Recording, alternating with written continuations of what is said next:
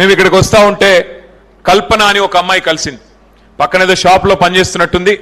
Traffic లో మా బండి ఆగిపోతే వచ్చి ఇట్లా అద్దం కొడితే తలుపు తీస్తే అమ్మాయి కళ్ళల్లో నీళ్లున్నాయి. ఎప్పుడొస్తారన్నా మళ్ళా అమ్మాయి నోట్లోకి వచ్చిన మాట, అన్నా ఎప్పుడొస్తావన్నా, ఎప్పుడొస్తారన్నా, కబ్ ఆయింగే, ఫిర్ కేసీఆర్ సాబ్ కబ్ వాపిస్ ఆయింగే, కబ్ ఫిర్ ఏక్ బార్ హుకూమత్ సంభాలింగే అంటూ ఆ అమ్మాయి అడిగిన మాటలు, ఆమె కళ్ళల్లో నీళ్లు చూస్తుంటే అది అమ్మాయి ఆవేదన కాదు.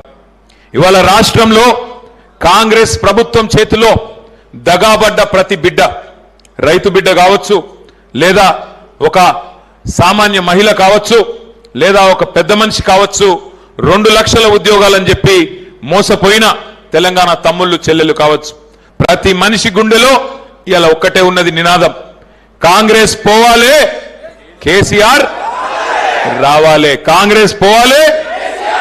ఇది ఒక్కటే నినాదం ఉన్నది. మనం ఎదురు చూసేది కేవలం క్యాలెండర్ ఎప్పుడు మారుతుందా అని చూడాలి గంతే.